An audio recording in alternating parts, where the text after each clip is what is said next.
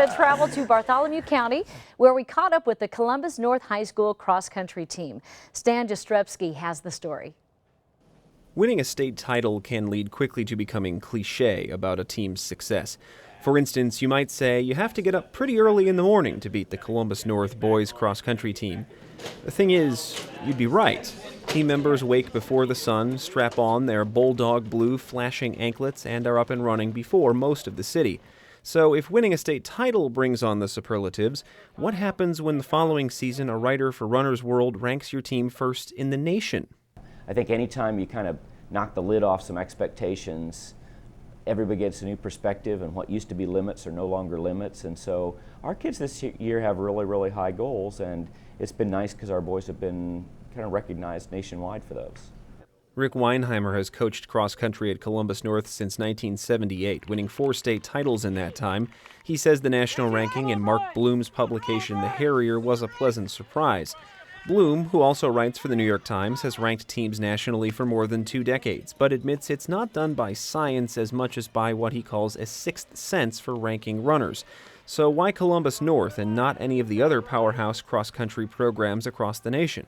The relatively close fourth-place performance in the Midwest Regional behind 3 national power teams, and with most of that same Columbus North squad back this fall, would be the most compelling, if you want to say, statistic.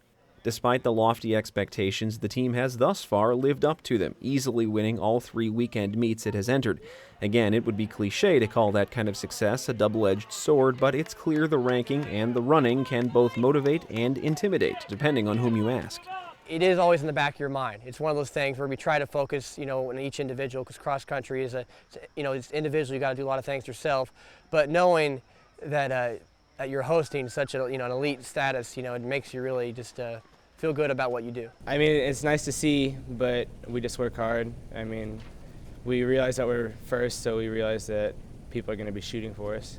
So we just work hard to stay on top. Weinheimer says a typical cross-country season ramps up in difficulty with each passing week. And like the races themselves, it's at least as hard to stay in first place as it is to get there. But the coach says his team is full of front runners. Last year's team and now this year's team carrying through have been the strongest groups we've ever had that will go to the front of the race and just run hard all the way through.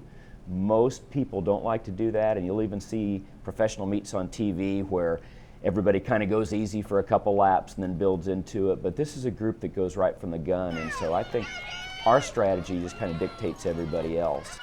The Bulldogs have just 5 seniors on what Weinheimer says is one of the biggest rosters he's had. The team begins its postseason run at a 2nd consecutive state crown with the Conference Indiana Championship meet on October 6th. Reporting for the Weekly Special, I'm Stan Jastrzebski.